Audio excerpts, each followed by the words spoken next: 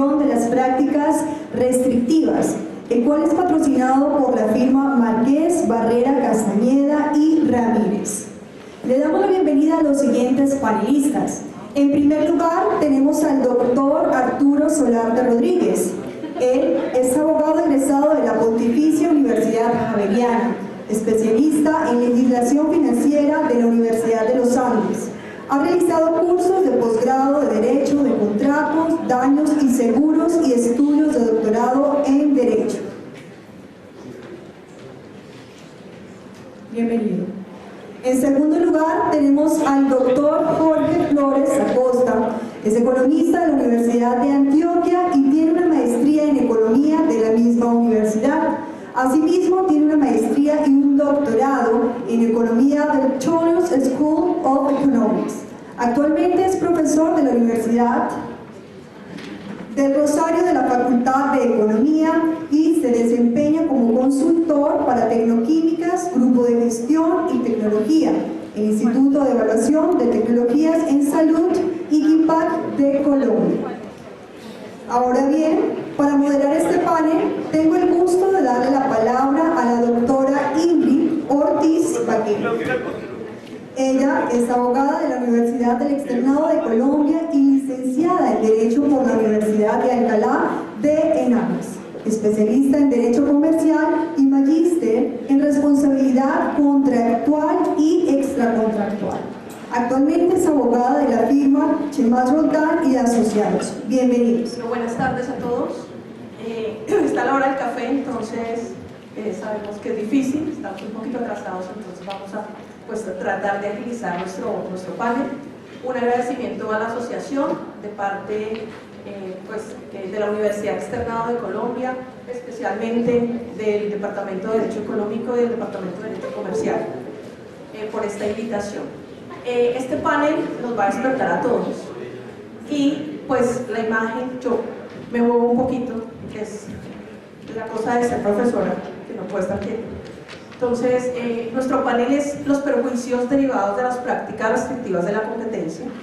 Y pues las imágenes de estos tres bebés creo que son muy dicientes. El primero está alegre porque ha iniciado un proceso administrativo sancionatorio contra el competidor, por ejemplo. El segundo ya sabe que hay un informe motivado. Y el tercero definitivamente está llorando porque sabe que hay una sanción, hay una multa, pero que a él no le va a tocar absolutamente nada de esa multa. Y eso es lo que nos permite a nosotros hacer una introducción de un tema que es esencial y digamos que está muy relacionado con el tema previo, que es el tema de la arbitrabilidad de las normas de libre competencia. Y es saber, digamos, cómo puede el consumidor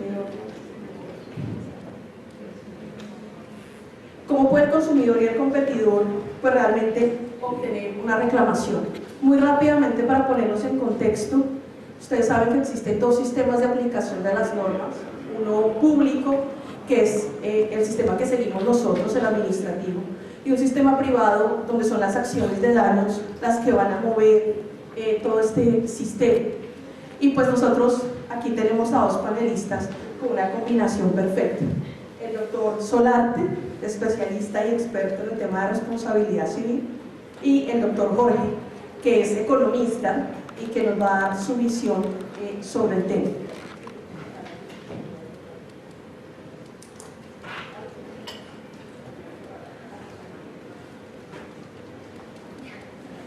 Nuestros cuatro temas fundamentales van a estar en torno a la responsabilidad, obviamente, daños, cómo cuantificar el daño, qué actores están dentro de ese mundo de la competencia, qué rol tiene la autoridad, y está por eso muy relacionado con el panel anterior, y cuál es la compatibilidad de las acciones de daños y perjuicios con el tema de las acciones administrativas. Y esto es muy importante por lo siguiente, y ya doy paso a los panelistas. En Europa durante muchísimo tiempo se trabajó con la orientación de sacar la directiva de daños. La directiva efectivamente salió, los países la incorporaron y hasta el momento todo el mundo estaba feliz porque el tema de las acciones de daños más las multas sonaba muy interesante. El problema fue cuando las empresas comenzaron a quebrar. Es decir, cuando además de la sanción administrativa, yo tengo una indemnización de daños y perjuicios cuantiosísima, ¿qué va a pasar? Posiblemente nos podemos quedar con un mercado muy competitivo, pero porque no hay empresas. Entonces, esa es una primera cuestión. Y pues la primera pregunta es para los dos panelistas, es sobre la pertinencia y sobre si es necesario tener un sistema de acción de daños y perjuicios derivados de prácticas restrictivas.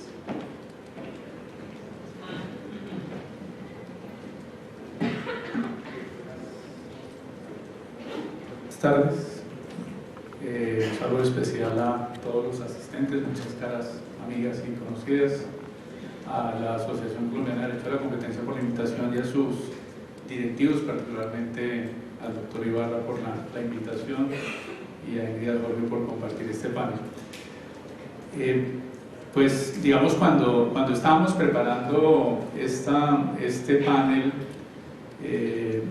frente a la pregunta de si deberían propiciarse acciones de reclamación de daños por parte de los perjudicados con conductas anticompetitivas, a mí particularmente desde mi óptica me pareció obvio y creo que fue como una primera respuesta muy espontánea, en donde pues el análisis que yo compartía con mis colegas era pues una persona que sufre un perjuicio como consecuencia de un hecho ilícito de otro tiene un derecho que incluso podría considerarse rango constitucional a obtener la reparación de los daños. Si examinamos la propia Constitución Política, pues el acceso a la justicia, la propia Corte Constitucional ha señalado que el derecho a obtener una reparación integral en algunos supuestos podría considerarse hasta un derecho fundamental. Entonces el discutir si un perjudicado puede acceder o no a una indemnización de los daños que ha sufrido, pues me parecía, así lo comentábamos, pues algo fuera de toda duda. Es decir, toda persona debe tener derecho a reclamar la indemnización plena o integral de los perjuicios que ha sufrido. Una cosa diferente, digamos, es la dificultad que esa reclamación pueda tener. Una cosa diferente puede ser la compatibilidad que deba tener con actuaciones de una autoridad administrativa, quién es competente para decidir la reclamación por perjuicios, cómo examinamos los distintos presupuestos de la responsabilidad que posiblemente por el tipo de comportamiento, el tipo de daños deberían tener una mirada distinta de la ordinaria. Cuando se examina, digamos, la figura de la responsabilidad civil, se señala que la responsabilidad civil tiene un propósito fundamentalmente reparatorio. Las normas de responsabilidad civil están interesadas a que las víctimas de los daños tengan una reparación plena de los perjuicios que han sufrido. Paralelamente, las normas de responsabilidad civil generan un efecto disuasivo, un efecto preventivo, pues el famoso principio jurídico del que rompe paga. Pues si usted sabe que le va a tocar pagar, usted se abstiene de romper. En ese sentido, si usted sabe que le va a tocar pagar una indemnización que puede ser cuantiosa, pues se abstiene de generar esas conductas. Podría discutirse si la responsabilidad civil tiene o está diseñada para sancionar o castigar al que ha causado daños a otro. En principio, ese no es el propósito de la responsabilidad civil, por lo menos en el sistema de derecho europeo continental y latinoamericano. Puede serlo eventualmente en el derecho anglosajón. Entonces, desde el punto de vista de las funciones de la responsabilidad civil, diríamos una acción de reparación de daños causados por conductas anticompetitivas cumplirían los dos propósitos básicos de la responsabilidad. Por una parte, reparar el perjuicio sufrido por la víctima, y por otra parte generar un efecto disuasivo preventivo para que las personas que están, digamos, con una conducta potencialmente generadora de daños se abstengan de continuar haciéndolo porque les puede costar. Ya la determinación de cuánto les cuesta, si el duplo o el triple, o si le agregamos otros componentes adicionalmente a la reparación plena, ese es otro debate que más adelante miraríamos. Pero entiendo, digamos, y Ingrid como experta lo planteó y todos ustedes bien lo saben porque maneja muy bien ese campo, pues hay las dos tendencias de la acción pública prevalentemente o la acción privada, que es el modelo norteamericano, pero pues lo que se ve, por ejemplo, en el derecho europeo es que se está llegando a una combinación de las dos de las dos formas de actuación, la acción pública y la acción privada, para efectos de generar en fin de cuentas el propósito deseado, que es pues proteger la libre competencia. Bueno, buenas tardes a todos, muchas gracias por estar acá, muchas gracias por la invitación. Para mí es un honor, siendo economista, dirigirme a un auditorio de abogados que además entienden de economía. Es un placer para mí. Yo no voy a controvertir obviamente las tesis jurídicas de por qué sí o por qué no debe haber un sistema de indemnización de daños y perjuicios, pero sí voy a alzar tal vez ciertas banderitas rojas sobre preocupaciones que como economistas veo en el tema. Y precisamente hablando con Ingrid y Arturo, pues lo que acaba de decir Arturo, es obvio que la gente pueda reclamar si se siente perjudicada por una acción que es ilegal. Listo, entonces yo lo acepto como economista, digo, bueno, si es obvio y el sistema judicial, el sistema jurídico, perdón, nos da derechos, entonces listo. Pero ¿cómo? Y a eso me refiero, al cómo me refiero es que los economistas nos hemos preocupado por años en tratar de determinar un sistema de sanciones que sea óptimo. ¿Óptimo desde qué punto de vista? Desde el punto de vista de la disuasión, de la no repetición y que precisamente las empresas no quieran involucrarse en conductas anticompetitivas. Y en esa discusión de la multa óptima, que para nosotros es modelos matemáticos y toda la cosa, yo no he visto en la literatura económica que exista esta otra dimensión de los procesos que siguen después de una sanción administrativa. Eso quiere decir que para nosotros la multa óptima es esa multa que está en la ley administrativa que dice: si usted incurre en una conducta y se le demuestra, usted tiene que pagar tanto, y eso depende del sistema de multas, si está de acuerdo con unos porcentajes, si es que los hay. En Colombia no los hay, pero en Europa y en Estados Unidos sí. Pero eso no incorpora la posibilidad de que las empresas tengan que pagar más por otros procesos que además son ajenos, entiendo, al proceso administrativo. Ya entran en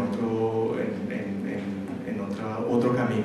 Entonces, si la multa óptima, que se basa en criterios económicos de disuasión, va por un lado y después vienen otros procesos, la pregunta que me hago yo como economista es, bueno, ¿cuál es la multa total? Entonces, ¿qué puede pagar una empresa? Y no lo sabemos. Y no lo sabemos porque nos tocaría entrar a modelar esa otra parte, que además es un escenario probabilístico. ¿Por qué es un escenario probabilístico? Porque no entendemos, no podemos anticipar si todos los procesos individuales o colectivos de indemnizaciones van a prosperar. Si los consumidores que se sienten perjudicados se van a animar a poner demandas, etc. Entonces la pregunta que yo dejo aquí sobre la pertinencia es: ¿cuál será la multa total? Y cómo debemos replantear ese modelo económico para decir la multa óptima de disuasión es esta.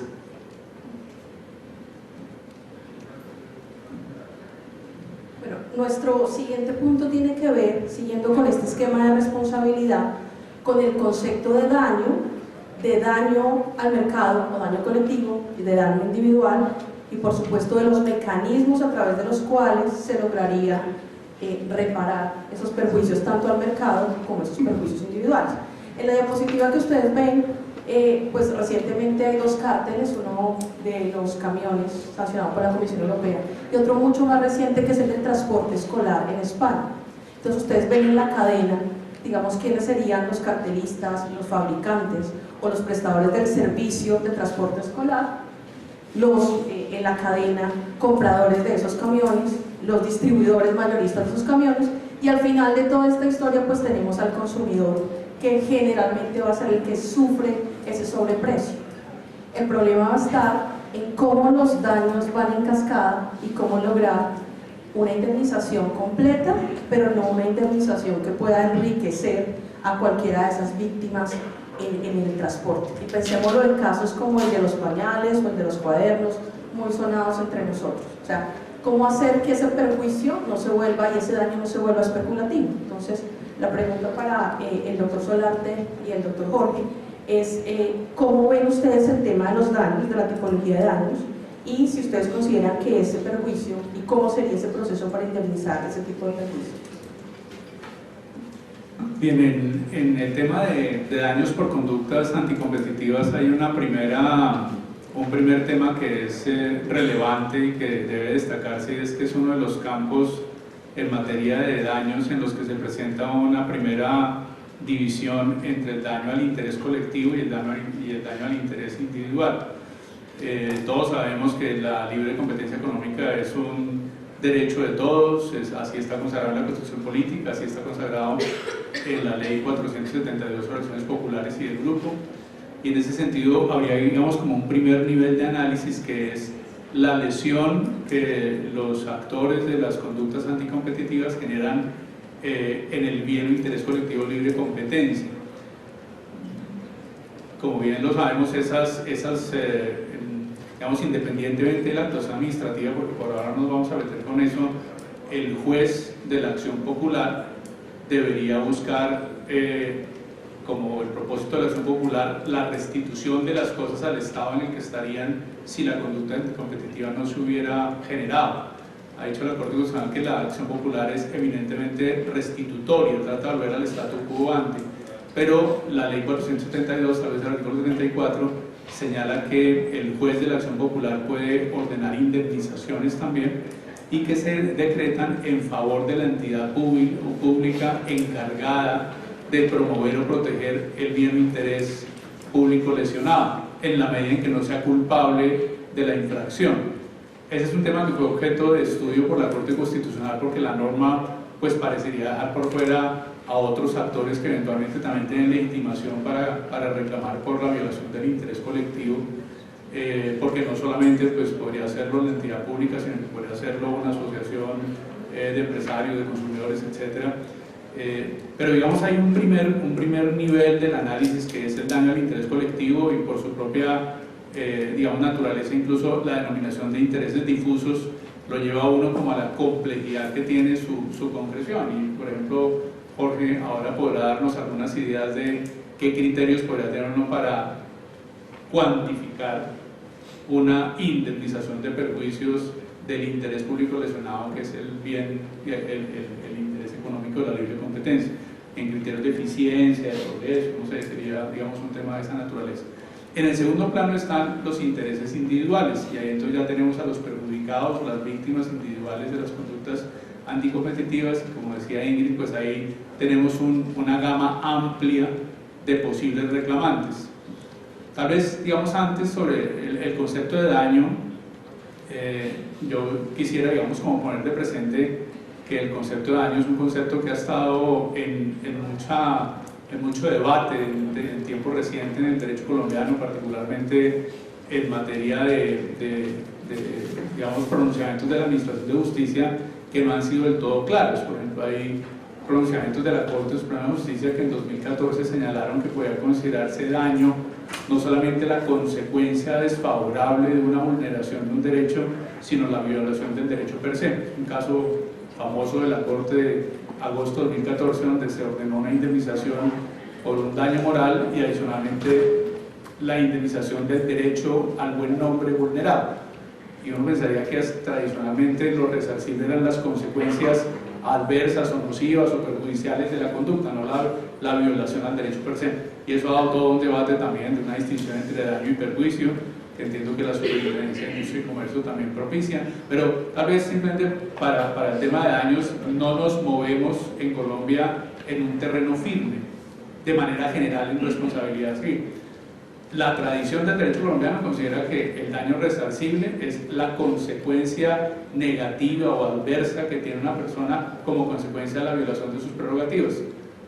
Me vulneraron mi derecho a la libertad y no pude trabajar, pues lucro cesante, o tuve que hacer unos gastos, daño urgente, o me afecté espiritualmente, pues daño moral, pero no me indemnizan la violación del derecho a la libertad. Entonces un primer llamado es que en la determinación de los daños, pues parece razonable seguir incluso pues la corriente dominante a nivel internacional, y es que uno se ubica en un concepto daño-consecuencia y no en un concepto daño-evento que sea de la simple vulneración del derecho correspondiente. El daño, en mi opinión, siempre es requisito de las acciones indemnizatorias. Recientemente hay algún debate de si la amenaza de daño sería un daño per se. El doctor Henao ha impulsado esta teoría. Sin embargo, digamos, la tradición también del derecho a la responsabilidad civil considera que para que haya responsabilidad civil tiene que haber un daño. Y el daño puede ser de las características tradicionales del daño patrimonial, el daño extrapatrimonial. Me llama la atención, y pues lo destaco, por ejemplo, que tradicionalmente se ha considerado que en materia de conductas anticompetitivas, cuando hablamos de daños entre competidores, fundamentalmente estaríamos hablando de lucro cesante, básicamente, o sería la partida más importante, mientras que si hablamos de daños a los consumidores sería un concepto de daño emergente por el sobrecosto que tendría que pagar el consumidor, sin que sean tampoco categorías absolutas. ¿Podría indemnizarse el daño moral? La respuesta es sí. No habría una restricción conceptual a indemnizar un daño moral. Por ejemplo, la ley chilena reciente en materia de responsabilidad por conductas anticompetitivas introduce entre una de las partidas indemnizables la vulneración a derechos, libertades o a la dignidad del consumidor, dentro de los conceptos que podrían tasarse para efectos de una compensación en esta materia. Hay muchas clasificaciones de los daños, estaría todo el tema de los daños aguas arriba, aguas abajo, el comprador directo, el comprador indirecto, pero eso obviamente ustedes dominan bastante más el tema que yo, entonces digamos, quería simplemente hacer un planteamiento conceptual de pronto para que ahora porque me complementen desde el punto de vista económico. Muchas gracias. Entonces, cuando a mí me dicen que este sistema está ahí, de hecho, y que se puede dar las reclamaciones por daños y perjuicios, yo como economista me pongo a pensar, bueno, ¿cómo cuantificamos el daño? ¿Sí? Entonces hay varias dimensiones en la discusión. Yo quiero relacionar esto siempre con la discusión del sistema de sanciones. Aprovecho para hacer publicidad. Mañana hay un panel sobre sanciones. Es el último panel del evento. Por favor, quiero ver una auditoría así de numerosa mañana. No se vayan. Y yo voy a estar ahí en el panel. Entonces, dos características o dos requisitos del sistema de sanciones, de un sistema de sanciones óptimo, además de la disuasión, son que las sanciones no atenten contra la viabilidad financiera de las empresas, es uno de los más importantes, ¿sí? El sistema de sanciones no debe llevar a quebrar las empresas. Y segundo, debe ser proporcional a las rentas obtenidas por las empresas que estuvieron involucradas en la conducta restrictiva de la competencia. Entonces, cuando hablamos de que pueden existir indemnizaciones adicionales solicitadas al sistema judicial por daños y perjuicios, hay que preguntarse primero eso cómo incrementa las sanciones y hasta dónde nos lleva, cuál es el límite, y al parecer no sabemos cuál es el límite por lo que nos dice el doctor Solarte. Pero además hay dos dimensiones del asunto, como había dicho al principio. Una es determinar el daño colectivo y otra los daños individuales. Entonces, hablando en términos, digamos, prácticos, ¿qué nos permite hacer la economía con sus modelos y las técnicas que hemos desarrollado para el estudio de datos? Entonces, lo primero es que nosotros tenemos modelos que nos permiten cuantificar el impacto económico de una conducta restrictiva de la competencia sobre un mercado. Pero cuando hablamos de un mercado es todo el mercado, no un conjunto de individuos o una liga de consumidores que viene a decir yo reclamo porque nosotros nos vimos afectados. Entonces, si nosotros logramos medir ese impacto y a ellos les conceden una indemnización, toda la medición que hacemos nosotros no debería ser apropiada por un conjunto limitado de consumidores, sino devolvérsele al mercado completo.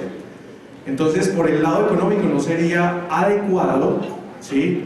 Ya esto no tiene nada que ver con filosofía jurídica ni nada, sino por el lado económico no sería adecuado que ese impacto medido sobre un mercado, así sea que un consumidor por allá compre una vez el producto y nunca más vuelve a comprar y otros compraron mucho, ese impacto agregado debería ser devuelto a todo el mercado. La pregunta para la discusión es cómo devolvérselo a todo el mercado y no permitir que se lo apropien unos cuantos, ¿sí? Entonces, una posibilidad es determinar el impacto agregado, calcular el tamaño del mercado relevante y devolverle a cada consumidor una cantidad promedio, ¿sí? No lo sabemos. La otra dimensión de la discusión son los impactos individuales, ¿sí? Lo que podemos hacer con las técnicas económicas hoy, por ejemplo, es determinar el precio contrafactual, es decir, el precio que debió haber estado en el mercado si la conducta no hubiera estado presente. Entonces, en un caso de fijación de precios por colusión, si las empresas fijaron artificialmente los precios y los precios fueron altos, yo como economista con los datos necesarios puedo determinar el precio bajo competencia que debió haber regido en ese mercado. Entonces, desde el punto de vista individual, yo podría sugerir como economista, lo más objetivo sería decir, usted pagó 5.000 por este producto y debió haber pagado 2.500, entonces tome los 2.500. Ahora, demuéstreme que usted fue consumidor y cuánto compró durante el tiempo en que el cártel estuvo operando.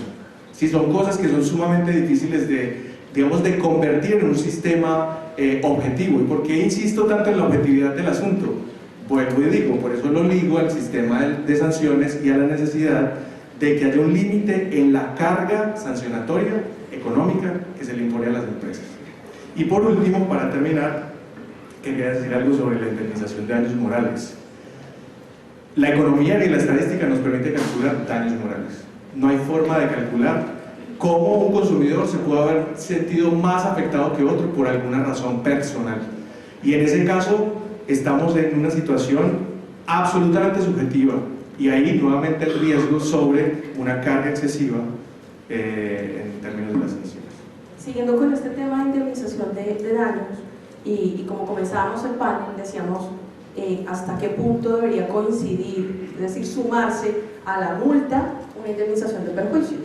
Entonces, el punto es cómo crear esa compatibilidad, qué criterios se pueden utilizar para lograr una indemnización plena del daño sin lograr o sin perjudicar a las empresas, porque piensen ustedes que además de una multa del tamaño que puede imponer la superintendencia, se pueda sumar a una demanda de daños y perjuicios pues cuantiosísima, que como decía el doctor Jorge, pues no podemos cuantificar, no podemos saber ex ante cuánto va a ser. Entonces, doctor Solarte, ¿qué criterios da usted en la indemnización del daño y esa compatibilidad entre una y otra? Ok, tal vez frente a alguna frase de Jorge en el sentido de cuál es el límite en materia de reparación, pues el límite es la cantidad del daño. O sea, ahí la aplicación es de un principio que es la reparación integral del daño, según el cual la indemnización de perjuicios debe corresponder cuantitativamente al valor de la estimación del daño, ni más ni menos, porque la indemnización de perjuicios no puede ser fuente de enriquecimiento, ni tampoco puede ser, por otra parte, dejar a la víctima soportando parte del daño que ya ha sufrido. Y entiendo perfectamente, digamos, la reflexión de que una acumulación de indemnización de perjuicios más multa estatal puede ser, entre comillas, expropiatoria, y entiendo la persecución, la preocupación que pueda existir de parte del empresario de ese riesgo. Sin embargo, desde el punto de vista jurídico, las dos actuaciones serían compatibles. La multa iría por su camino y se impondría con los criterios de graduación y los topes establecidos legalmente, y la indemnización de perjuicios atendería el criterio de reparación integral, darle a cada quien el daño que logre acreditar, que cumpla los requisitos legales. El daño debe ser cierto, debe ser directo, debe ser personal, debe ser antijurídico. Entonces, claro, tiene una serie de dificultades probatorias de cómo acredito yo que fui consumidor y que en mi familia compramos 10 pañales y no 20 o 30. En fin, esa tiene una dificultad importante, pero pues ese sería, digamos, otro campo de entrar a mirar, que tal vez lo podemos comentar más adelante, cómo deben analizarse los requisitos de la responsabilidad civil en supuestos complejos como estos, porque en estos casos la culpa, la causalidad, el daño ameritan, digamos, miradas particulares. Entonces, el principio de reparación integral es la regla básica, pero ese principio es complementado en el derecho colombiano por un principio adicional, que es el principio de equidad. La ley 446 del 98, y lo repite el artículo 283 del Código Penal del Proceso, dice que los jueces, cuando fijan indemnizaciones, toman en cuenta 3 parámetros: reparación integral, equidad y criterios técnicos, matemáticos o actuariales. Entonces, la reparación integral se complementa con la equidad en aquellos casos difíciles, como por ejemplo la estimación de un daño moral, en donde el juez tendrá que mirar la intensidad de la aflicción, la naturaleza del agravio, etc. Y la Corte Suprema de Justicia ha establecido unos criterios donde pone una especie de topes y señala hoy en día que en el caso de máxima gravedad de un daño moral se concede a la víctima 72 millones de pesos. pero ahí estamos hablando de la muerte del pariente cercano en un accidente terrible.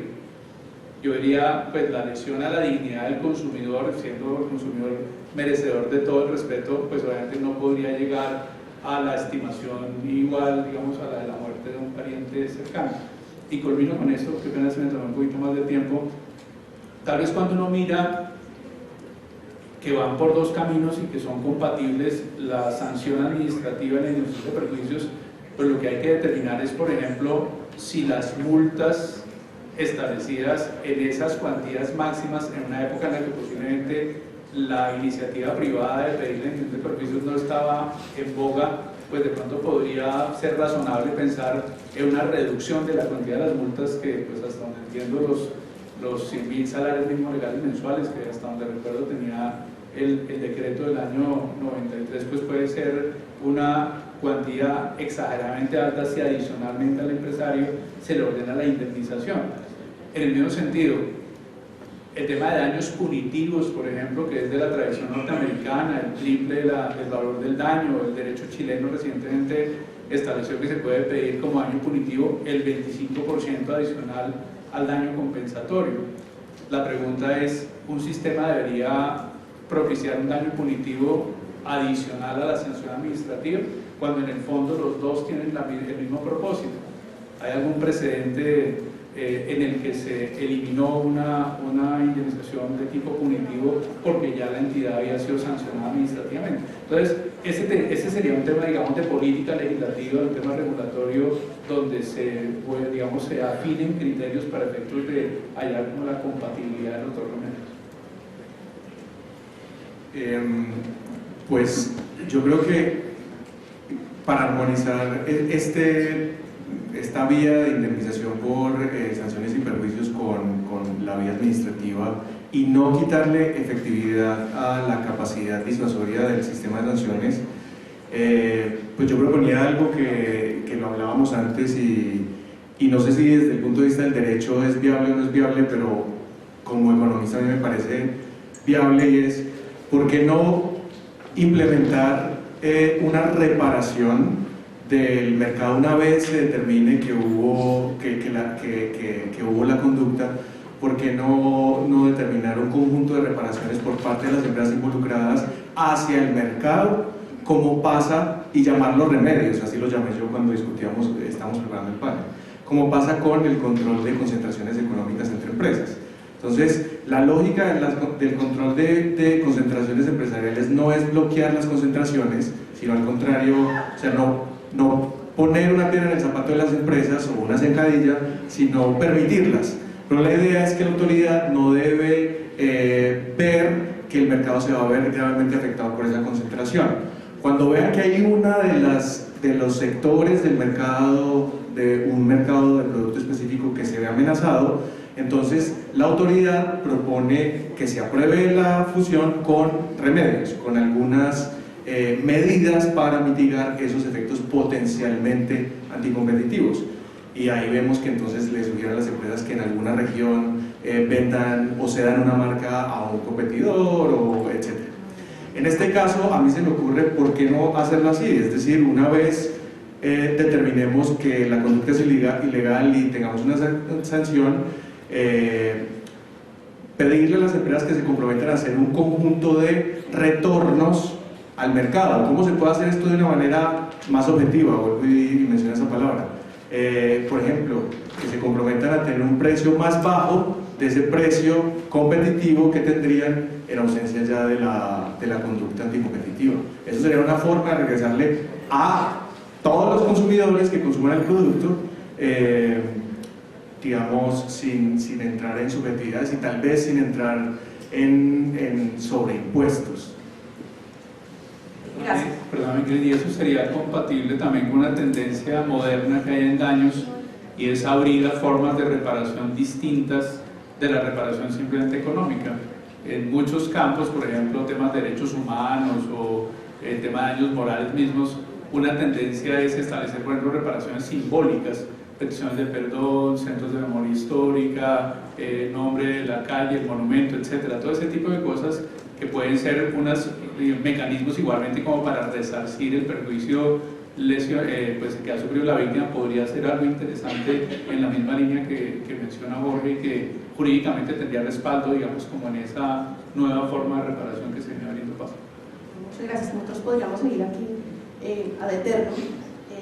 Cuando nos reunimos para preparar el panel duramos hora y media, pero el tiempo es justo, así que vamos a hacer una pregunta final que tiene mucho que ver con lo que el doctor Tovar y el panel anterior discutía, y es ¿cuál es el rol de la Superintendencia de Industria y Comercio en este esquema que estamos proponiendo, en este esquema, digamos, de acciones privadas o de daños? Y las preguntas son sencillas. ¿La Superintendencia de Industria y Comercio debería tener facultades jurisdiccionales? Y eso ya con todos los problemas que hemos mencionado, es decir, sancionar administrativamente y además ser la autoridad que define el daño. ¿O este es un tema que eminentemente es de los jueces? Y lo que pasaría es si la decisión de la superintendencia debería o no ser vinculante. En el caso de Europa es clarísimamente vinculante para evitar decisiones contradictorias. Entonces, doctor. Yo al respecto, aprovechando que el evento tiene como título Reforma a la Ley o al Sistema de Competencia, yo como economista creo que el rol de los economistas en una autoridad de competencia es fundamental, tan importante como el de los abogados, obviamente. Entonces creo que debería haber más economistas con mucha capacidad de procesamiento de datos, también con mucha capacidad de entender los modelos económicos, las técnicas recientes, econometría, para poder hacer mediciones de este tipo. Aquí el rol de la autoridad de competencia sería crucial en informar a las autoridades judiciales que correspondan sobre el tamaño del daño. Si hacemos un ejercicio juicioso de análisis de datos, le podemos decir al juez, mire, esto es lo que nosotros calculamos que fue el daño total, y de esa manera, aunque ahorita dijeron que era poco práctico que se hablaran entre juez y autoridad administrativa, pero ¿por qué no pensar, idealmente la autoridad también, la autoridad de la competencia, la superintendencia en este caso sería una fuente de información para los jueces, en vez de los jueces que por otro lado están llevando un proceso de indemnización, tener que pedir un estudio aparte para tener otra medida mejor o peor, ¿por qué no decir la superintendencia ya lo hizo y lo hizo muy bien? Ahí hay un reto muy importante, estamos en la era del Big Data, ¿sí? Entonces deberíamos ser súper buenos y tener un montón de datos disponibles y analizarlos y poder predecir el comportamiento de cada individuo. Pero vamos a la práctica y decimos, bueno, deme sus datos, y al final no hay datos, o hay datos deficientes. Entonces hay que tener en cuenta eso, y que las limitaciones pueden venir por el lado de la disponibilidad de datos también. Bien, este tema es bien complejo, el de cuál debe ser como el rol de la superintendencia y si este tipo de asuntos deberían estar asignados desde el punto de vista de competencia a alguna otra autoridad. Personalmente siempre he sido partidario de que los asuntos, las controversias deben resolverse por los jueces. Parece que hay pues claramente una rama del poder público que está profesionalmente dedicada a eso. Entonces yo sería partidario de que los jueces fueran quienes tuvieran el conocimiento de este tipo de acciones. Entiendo, digamos, también la conveniencia de que los jueces que manejen asuntos de esta naturaleza, que son de una alta complejidad, pues tal vez tengan unos conocimientos especiales o una formación, digamos, particular para ello. Comentábamos la bondad que tiene, por ejemplo, el derecho español, el que existan jueces especializados en lo mercantil. Aquí en Colombia hace muchos años hubo unos jueces del circuito que eran especializados en temas comerciales, pero eso murió allí. Y yo siempre he pensado que una salida frente a todas las dificultades que se nos presentan con las superintendencias, fallando, siendo juez y parte, investigando, sancionando, dirigiendo y al mismo tiempo juzgando, podría ser crear una jurisdicción en lo mercantil y asignarle a esa jurisdicción los asuntos de consumidor, de competencia, de prácticas restrictivas, etc. Me parece que esa podría ser una salida. Lo que dice Jorge es crucial, o sea, yo creo que el enfoque en materia de competencia podría ser interdisciplinario. El tribunal chileno, si no estoy mal, el Tribunal de Derecho de la Competencia de Chile tiene 5 integrantes, 3 abogados, 2 economistas, elegidos de una manera interesante, con postulaciones del Banco Central, y el presidente escoge, o el presidente pone una lista y el Banco Central escoge, o la Corte Suprema escoge. Entonces puede ser interesante, digamos, un tribunal que tenga pluralidad, digamos, en sus integrantes. El tema de la superintendencia, y lo digo pues aquí con absoluta claridad, yo siempre he tenido una gran preocupación de las superintendencias ejerciendo funciones jurisdiccionales. Tuve en alguna época, por un tema profesional, la posibilidad de profundizar el tema de la superintendencia financiera y sus funciones jurisdiccionales, y pues ahí el tema siempre delicado ha estado en la autonomía y la independencia que caracterizan la función judicial. Y cuando pues, el juez, digamos, hace parte de un órgano de inspección, vigilancia y control, pues es un poco difícil hallar esa respuesta. De hecho, haciendo un poco de memoria, la primera norma que dio funciones jurisdiccionales a la superintendencia bancaria en su momento fue declarada inconstitucional, tal vez en el año 2000, porque la Corte encontró que no cumplía estándares de autonomía e independencia. Por eso, en la ley 1480, cuando se le asigna nuevamente a la superintendencia financiera, se establece que se dictarán las medidas necesarias para que se garanticen esos parámetros, y eso realmente es difícil. Un superintendente delegado para funciones judiciales que es dependiente de un superintendente financiero, de industria y comercio, el que sea, que pues tiene un nombramiento también que viene, digamos, directamente del presidente de la República, con los mismos periodos, etcétera. A mí me parece que hay unas posibilidades grandes de que esa autonomía y esa independencia estén afectadas. Es decir, de qué manera un superintendente con funciones judiciales se aparta, por ejemplo, de la doctrina de la oficina jurídica de la superintendencia. O si el superintendente en su informe de labores del año anterior dice: mis prioridades van a ser estos temas, como un superintendente delegado no lo cumple. Entonces yo creo que, digamos, la superintendencia tiene cosas muy positivas, pues por su conocimiento especializado, etcétera. En algún momento lo tenía también como por la celeridad. Yo no sé hoy en día qué tanto eso se cumple por la congestión a la que ha llegado, pero creo que sería conveniente revisar el tema para darle eso a la rama judicial con una jurisdicción especial en lo mercantil, y eventualmente los temas grandes de competencia podría ser un tribunal interdisciplinario, porque el ejemplo chileno me parece interesante. Para estar en tiempo, les agradecemos muchísimo su atención. Solo unas breves conclusiones, y es: el tema está sobre la mesa, es necesario profundizar, existen las bases y los fundamentos en la jurisprudencia para desarrollar un sistema de acciones de daños, pero yo creo que coincidimos en este panel en la necesidad de valorar hasta dónde debe ir esas acciones privadas, que no se vuelvan un desincentivo, no para los daños y la responsabilidad, sino para el desarrollo empresarial de un país como Colombia, donde la mediana y pequeña empresa pues tiene una gran presencia. El doctor Ibarra quería hacer una pregunta.